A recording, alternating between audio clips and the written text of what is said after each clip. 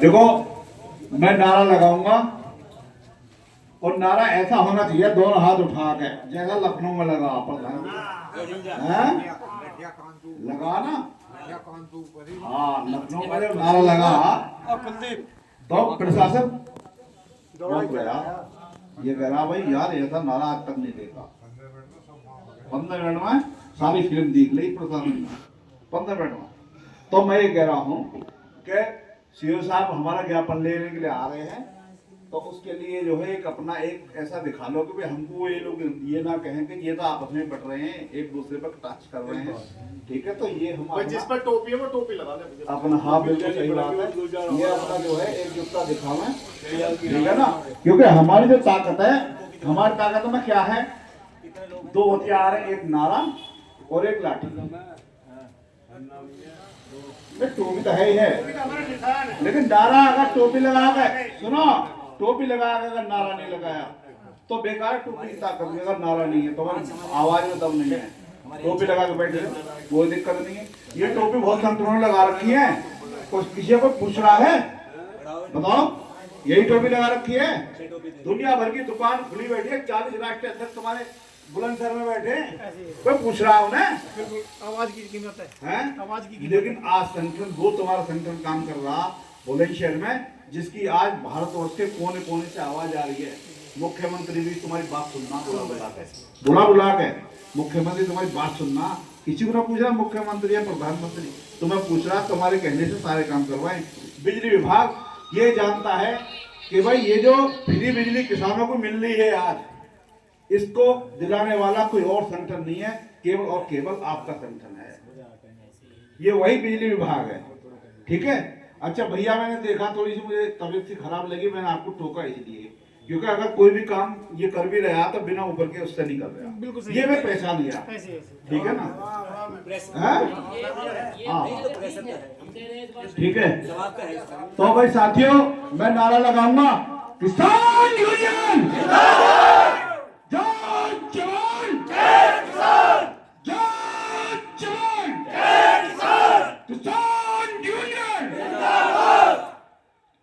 आज की सभा के अध्यक्ष महोदय, हमारे संचालनकर्ता, हमारे बीच बैठे बुजुर्गों, मेरे नौजवान साथियों, आज मासिक पंचायत बीबी नगर की बुलंद धरती पर हो रही है।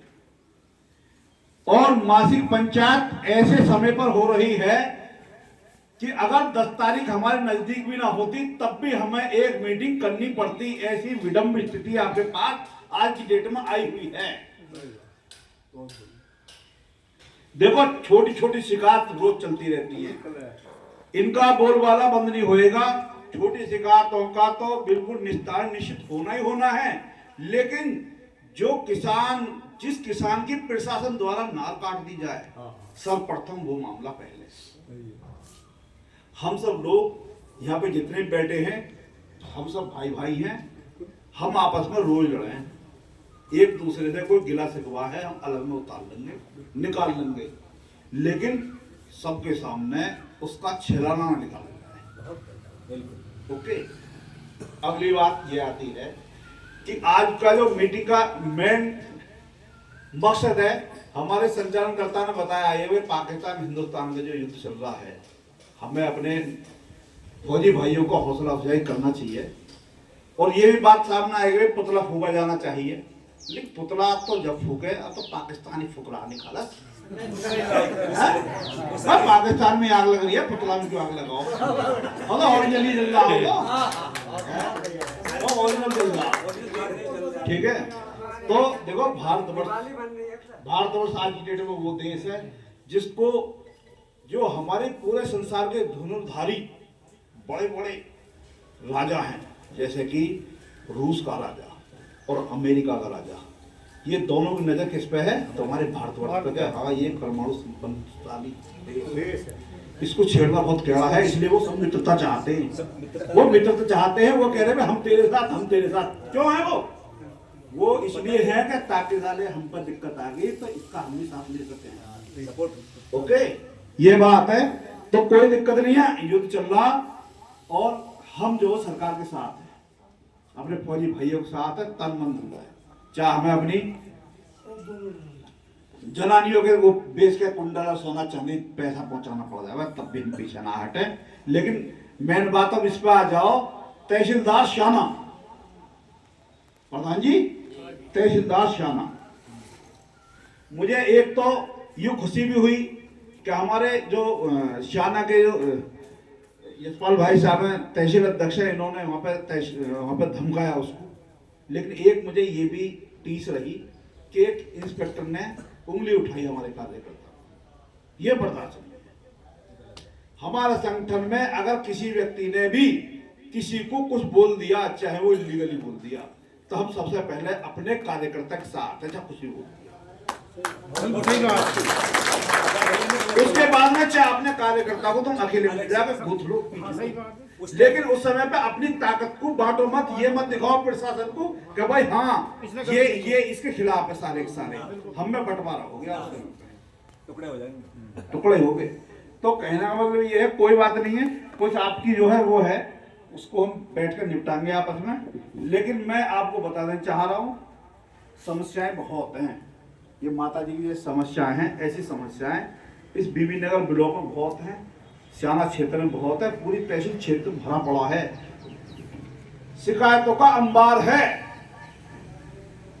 अभी कल परसों 2 ग्रुप लड़ रहे वकीलों के कोर्ट के अंदर। जब कोर्ट के अंदर लड़ रहे थे, मैं ये कह रहा था कि भाई वकीलों के लड़ने का फायदा क्या, वो अपने पक्ष को लड़ रहा, वो अपने पक्ष को लड़ रहा, ये चाह रहे कि मैं अपने को जिता दूं, वो चाह रहा मैं अपने को जिता दूं, लेकिन फायदा किसी का होना नहीं। अगर तहसीलदार पे रुपया जाएगा जिस पक्ष का, चाहे लीगल का जाए चाहे इलीगल का जाए, जीतेगा वो। ऐसा एक भी वहां पे डिसीजन नहीं हो रहा जो बिना पैसे का हो रहा हो। अगली बात, वो तहसीलदार अपने चैम्बर में जितने भी जनता दरबार का 10 से 12 का समय है, 10 से 12 के बीच में ठोड़ लगा कर रखता, केवल अंदर वही प्रवेश करेगा जो बाहर दलाल खड़ा होगा, वो पैसे साठ गांठ कर लेगा, वो अंदर आएगा। और वो भी पता किधर का आएगा, कोर्ट में उतर के साइड वाले रास्ते पीछे से दलाल है ना, बस, ठीक है। वो व्यक्ति तहसीलदार ये है कि मुझे पैसा दो और मुझसे कुछ भी काम करवाओ, कुछ भी काम करवाओ। वो तो किसानों का हत्यारा है, दुश्मन है। कोर्ट का कोई आदेश नहीं लेके चलता, कोर्ट का कोई आदेश नहीं लेके चलता। हाई कोर्ट की, सुप्रीम कोर्ट की रूलिंग है कि जिसने खेत बोया है, फसल काटने का अधिकार उसी को है। वो श्रीमान खड़े होकर खेत में ट्रैक्टर चलवा रहे हैं, मतलब सुप्रीम कोर्ट को कुछ नहीं समझा, हाई कोर्ट को कुछ नहीं समझा, तो बाकी तो किसे समझाया क्या। कल जब हम उसके पास गए तो उस पर जवाब नहीं बना।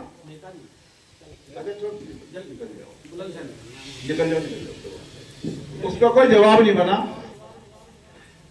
जिस दिन से आया है कई बार तो ऐसी घटना घटित हो चुकी है इसके चक्कर में कि कई लोगों ने अपने ऊपर पेट्रोल भी छिड़का कई लोगों ने। किसके कारण? इस तहसीलदार के कारण। रात दिन इसकी गाड़ी घूमती है, दिन में तो पैसे लेता और रात को फिर गाड़ी घुमाता, पूरी रात सोता नहीं है आदमी। अवैध खनन करा रहा, गंगा जी सारी खाली करा दी, सारी गंगा जी खाली करा दी, अवैध खनन करा रहा। जितना भी वहां पे ठेकेदारी चल रही है ना, उसमें 50% हिस्सेदारी इसकी है, 50% की हिस्सेदारी तहसीलदार शाना की है प्रधान जी। और जितनी प्लेट हुई है उसमें आधे का हिस्सेदारी हुआ है। गाड़ी का लगा था टायर के साथ, जितने भी इसने पट्टे करे हैं पट्टे की बात, गंगा जी में जितने पट्टे करे उसमें आधे का हिस्सेदार है। खुलेआम चलो के प्रधान जी की गाड़ी का। अब बात आती है कि एसडीएम साहब क्या कर रहे हैं। साथियों बता देना चाह रहा हूँ, एसडीएम बहुत सीधे साधे इंसान है और इनके सीधेपन का ये नाजायज फायदा उठा रहा है। एसडीएम साहब के सीधेपन का वो नाजायज फायदा उठा रहा है। एसडीएम साहब फोन करते हैं कि भाई इस तरह से आप कब्जा कराने मत जाओ, ये इलीगल है। लेकिन तहसीलदार साहब कहते हैं साहब मुझे ये काम करना है, मुझे ये काम करना है। कल हम गए, काफी नोक शोक भी हुई, कुछ बात उसने भी बोली, कुछ बात हमने भी बोली। बात निकल के ये आई है, जो हमारे भाई साहब हैं राष्ट्रीय उपाध्यक्ष जी त्यागी जी, उन्होंने कहा है, आप सब गौर से सुन लेना, कि अगर आप ये चाहते हो कि हमारे काम बिना पैसे के हो, बिना रिश्वत के हो, तो आज आप संकल्प लेके जाना। अगर आप ये कहो कि जी हम तहसील में जामे और हमारी जूती सारी की सारी घिस जामे और काम भी ना हो, रोते बिलखते जामे, आप हमें लड़के मर जामे, तो बिल्कुल संकल्प लेने की जरूरत नहीं है। हवा चल रही है पूर्वाई हवा, आराम से पंखे की हवा में लेटो, बड़ी अच्छी नींद आवे है, कोई दिक्कत नहीं है। नाच उठ गया, निकरा रोटी खा के मत, सीधी सी बात है। अगर आप ये चाहो कि हमको हक मिल जाए और हमारे साथ साथ में हजारों किसानों को और मिल जाए, तो एक संकल्प लेके आज आपको यहां तो उठना पड़ेगा। और मैंने ज्ञापन में भी लिख दिया, ज्ञापन में मैंने लिख दिया है कि इसकी जांच तो चल रही है, एसडीएम श्यामा कर रहे हैं।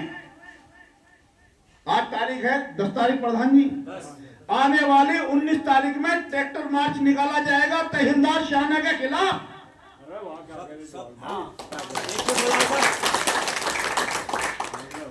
तहसीलदार श्यामा के खिलाफ ट्रैक्टर मार्च निकाला जाएगा।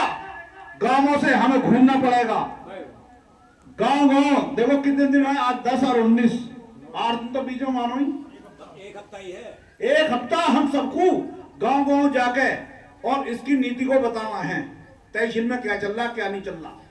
केवल और केवल वहां पे दलालों के काम होते हैं।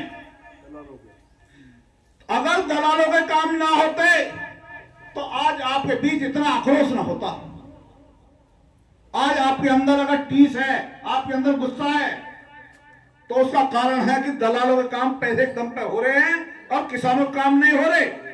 जो गरीब किसान है उसकी जमीन लूट ली जाएगी और जो भूमाफिया उनको सर्वेक्षण देगा। इस तहसीलदार के खिलाफ सोमवार के दिन 19 तारीख को ट्रैक्टर मार्च निकाला जाएगा और इसका कॉलर पकड़कर बाहर निकाल दिया जाएगा। इसलिए हमारी प्रशासन से केवल यही उम्मीद है कि इस बीच इसका तिया पाचा कर दो।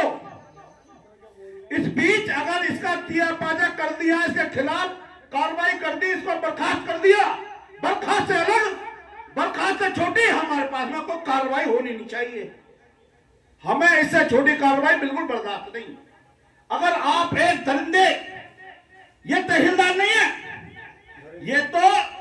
ये तो दरिंदा है, वो दरिंदा जो अंग्रेजी शासन काल में आते थे और किसानों को पीट पीट कर अपराध में डाल देवे, ये वो दरिंदा है। अंग्रेजी सरकार अकेली अंग्रेजी हुकूमत का नुमाइंदा है।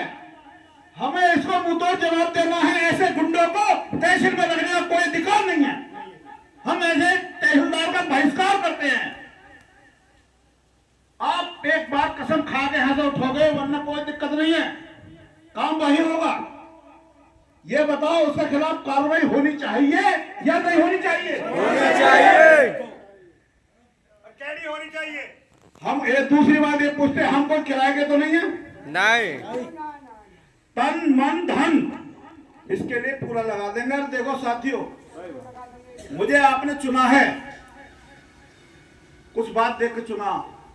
सर्वप्रथम मैं सीने पे गोली खाऊंगा, सर्वप्रथम मैं सीने पे गोली खाऊंगा, बाकी बात आप देख लेना। लेकिन मैं वादा करता हूं कि मैं बिकने वाला नहीं हूं, मैं पीछे हटने वाला नहीं हूं। मैं किसानों के लिए अपनी शहादत देने के लिए तैयार हूं।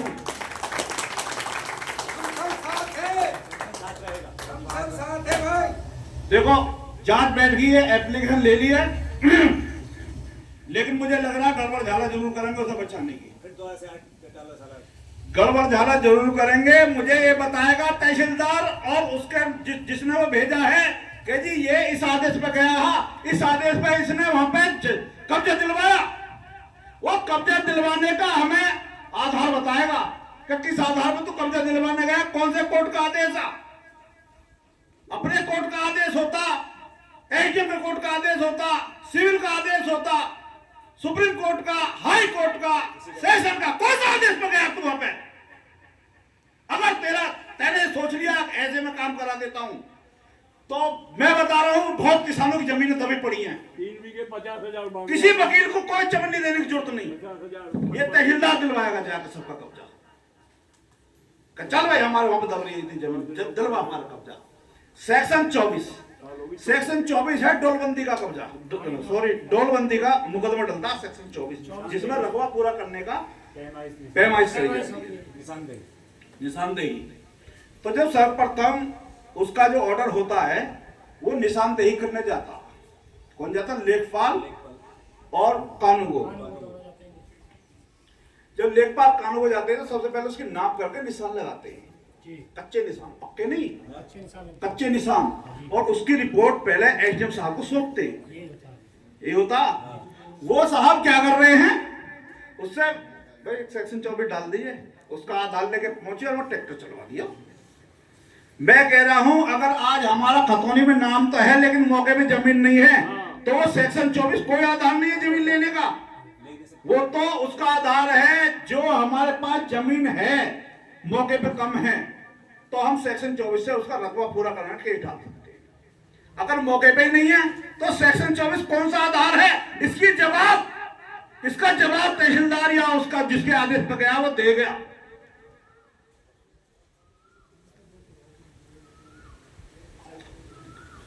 सीओ साहब आ रहे हैं, क्योंकि आज कोई अधिकारी ऊपर से आए हुए हैं, एसडीएम साहब उसमें गए हुए हैं, सीओ साहब आ रहे हैं। मैंने डीएम साहब के नाम ज्ञापन लिखा, डीएम साहब को डायरेक्ट भेजेंगे, इसके हम वो भी कराएंगे, इसकी जो रिसीविंग कराएंगे, और इस पर अगर कार्रवाई नहीं हो पाती है तो हमारा ट्रैक्टर मार्च तो होना ही होना निश्चित। कार्रवाई करेंगे तो 1 या 2 दिन में कर देंगे, अगर उसके बाद में कुछ ये करते हैं तो फिर हम मानेंगे नहीं, सीधी सी बात है। ये स्पष्ट हमने लिख दिया। और सुन लो मेरी बात, अब तक हम लोग दबते रहे हैं क्योंकि हम अहिंसा के पुजारी हैं, हम अहिंसा के पुजारी हैं, हमारे बहुत बर्दाश्त है, हमने बहुत लाठियां खाई हैं, हम बहुत जेलों में रह लिए, हम तो बर्दाश्त हमारे अंदर तो बहुत है, लेकिन बर्दाश्त की भी कोई हद होती है। हद पार हो चुकी है, बख्शा जाएगा नहीं। तहसील के अंदर कोई भी टोपी वाला, मैं ये नहीं कहता कौन से संगठन का, संगठन चाहे कोई भी हो, हम संगठन पे उंगली नहीं उठा रहे, बशर्ते उसके ऊपर मोहर किसान की होनी चाहिए, क्या किसान है। तो हम यही कहेंगे अगर कोई किसान तहसील में घूम रहा है और उसको ये पता है कि किसान है, चाहे मामले में आया है, तो उसको क्या दलालों के पास भेज रहे हो, उसका काम करवाइए, मिनट से पहले उसका काम होएगा। आगे दिखे सीओ साहब ने। अगली बात यह है कि जहां पे भी हम जाते हैं वो लोग ये कहते हैं कि ये तो किसान है, ये तो अनपढ़ है और ये तो गंवार है, इनमें तो बदबू आवे, ऐसे भी जो है लोग संबोधित करते हैं वे किसान हैं, अनपढ़ है, गंवार है। तो भाई हम साफ साफ कहना चाह रहे हैं, अब हम अनपढ़ी हैं और गंवार हैं, और गंवार कानून न जानता, उसी भाषा में बात करेंगे बस। गंवार, अगर किसान गंवार है, अनपढ़ है, तो वो जवाब अनपढ़ रूप से ही देगा, अनपढ़ रूप से ही आंदोलन लड़ेगा। किसान अगर 1 मरेगा 2 मरेंगे, मैं कह रहा हूं कितने किसान पैदा होंगे। सही बात है। आपको मैं अगर बात बताऊं, जब चंद्रशेखर आजाद ने असेंबली में बम फोड़ा तो वो भागे नहीं थे, वहां से। उन्हें जितना समय मिला अंग्रेज भयभीत हो गए, लेकिन उन्होंने बम छोड़ के वो वहीं पे खड़े रहे, भारत माता की जय बोलते रहे, और जय बोलते बोलते वो अरेस्ट हो गए। वो चाहते तो भग जाते, लेकिन क्यों नहीं भगे? वो चाहते थे कि ये अंग्रेज लोग हमको पकड़े और फांसी दें, और जब फांसी देंगे तो ये जो सोई हुई जनता भारतवर्ष के अंदर बैठी है, जो इनके अत्याचारों को सहन कर रही है, ये कैसे जागेगी? ये जब जागेगी जब हमारी शहादत चली जाएगी। आप उस भारतवर्ष की भूमि पे हो जहां से आपके पूर्वजों ने पूरी दुनिया पे, पूरे संसार पर राज किया, पूरे संसार पे राज किया। कहां से? भारतवर्ष से। और इसका नाम हुआ करता था आर्यव्रत जम्बूद्वीप भरतखंडे, ये इसका प्राचीन नाम है, इससे पहले इसका कोई नाम नहीं था। और यहां पे केवल कौन लोग थे?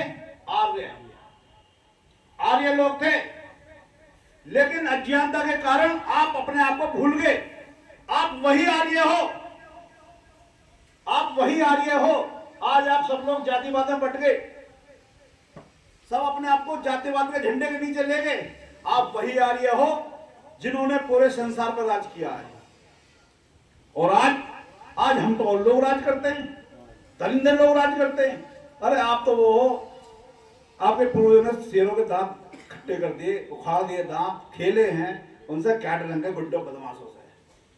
कुछ नहीं, हम पूरे ऐलान देकर करेंगे वहां पे जाके, कभी तू आजा मैदान बाहर, उसका कालन पकड़ के 2 साल के चांटे मार के बाहर निकाल दो। अब बता दो प्रशासन को कि इसके अंदर नया आएगा, नया तहसीलदार, ये आएगा नहीं तो बाहर निकाल दो। या तो प्रशासन तहसीलदार को उससे पहले भगा दे, बर्खास्त करके, वरना उसके बाद में किसान यूनियन अराजनीतिक उसको बाहर निकालने का काम करेगी।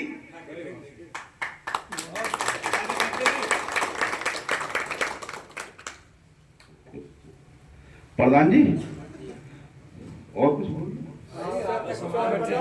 हमारे कब्जा दिवाया, उधर इन्हें बैंचों तक कुएं में बंद करवा दिया। हाँ वो तो साथ है। तानाशाही होगा या ना होगा? तानाशाही चला रहा है। ठहरे रहो यार, सब नहीं देखो, ठहरे रहो। जो हमारे तो रहना पड़ेगा, छिन जाएगा। अब अगली बात आती है, अभी प्रधान जी ने कहा भी मेरा पद ले लो। देखो प्रधान जी हमारे सर्वे शर्मा जिला प्रभारी हैं। अब जिला प्रभारी का पद जो होता है वो जिला अध्यक्ष से बड़ा होता है। जिला प्रभारी को पावर होती है, वो जिला अध्यक्ष को धमका के सही से काम करा सकता है। जिला प्रभारी का पद बड़ा होता है और वो पद भी बड़े आदमी को दिया जाता है। ठीक है, जिस समय बाबा महेंद्र सिंह टिकैत का देहांत हो गया तो पद खाली हो गया। उसके बाद में एक राजबाबू पार्क में सभा हुई और सब लोग ये कह रहे थे भाई पदों की लड़ाई चल रही कि मुझे ये पद चाहिए, मुझे ये पद चाहिए।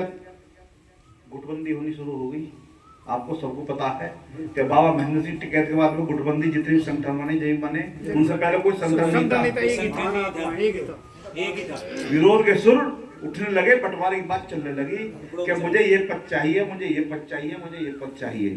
तो साथियों मैं बता देना चाह रहा हूं, हमारे मांगेराम त्यागी जी ने एक बात कही कि बताओ इस संसार का सबसे बड़ा किसान नेता कौन हुआ? बोले बाबा महेंद्र सिंह टिकैत। बोले उनसे बड़ा पद है किसी का? नहीं। बोले बाबा टिकैत की आत्मा कहाँ विराजमान है? कि बाबा टिकैत की टोपी में।